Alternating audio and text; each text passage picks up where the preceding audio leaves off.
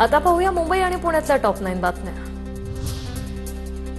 गोरेगाव मुलुंड जोड रस्त्यातील उड्डाणपुलाच्या कामात कंत्राटदाराकडून दिरंगाई। मुंबई महापालिकेने संबंधित कंत्राटदाराला 50 लाखांचा दंड ठोठावला। उर्वरित कामं वेगाने करण्याचे निर्देश। मुंबईतील कार, दुचाकी यांसारख्या वाहनांच्या नंबर प्लेटमध्ये दादा, मामा, बाबा, भाई, डॉन असा उल्लेख करणाऱ्या वाहनांवर आता होणार कारवाई। रडार प्रणालीद्वारे कारवाईचा धडाका। अत्याधुनिक प्रणालीमुळे नियम मोडणारे तडाख्यात। पुणेकरांवरील 5% संभाव्य करवाढ रद्द करण्याचा निर्णय। करवाढीचा प्रस्ताव सर्वपक्षीय नगरसेवकांनी फेटाळला।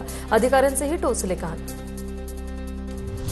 शैक्षणिक वर्ष 2026-27 साठी एमसीए आणि टीईटी पदव्युत्तर अभ्यासक्रमांच्या प्रवेश नोंदणीसाठी 23 फेब्रुवारीपर्यंत मुदतवाढ। आतापर्यंत एमसीए सीईटी परीक्षेसाठी 50,961 विद्यार्थ्यांनी केली नोंदणी। आपण भारतात परत कधी येऊ हे सांगणं शक्य नाही। विजय मल्ल्या यांची उच्च न्यायालयातील वकिलांमार्फत माहिती। मल्ल्याचा पासपोर्ट सरकारने रद्द केल्यामुळे त्यांच्याकडे वैध पासपोर्ट नाही। मल्ल्याचे वकील अमित देसाईंची माहिती। शुक्रवारपासून 10वीच्या परीक्षेला सुरुवात होणार। राज्यभरातून एकूण 16,15,489 विद्यार्थ्यांकडून नोंदणी, तर 5,111 मुख्य केंद्रांवर ही परीक्षा होणार। शहरातील अनधिकृत बांधकामांवर पुणे महापालिकेची कारवाई। अतिक्रमणावर पुणे महापालिकेचा हातोडा।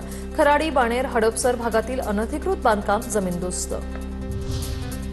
प्रसिद्ध पटकथाकार सलीम खान यांच्यावर लीलावतीत एंजिओग्राफी। सध्या त्यांची प्रकृती स्थिर।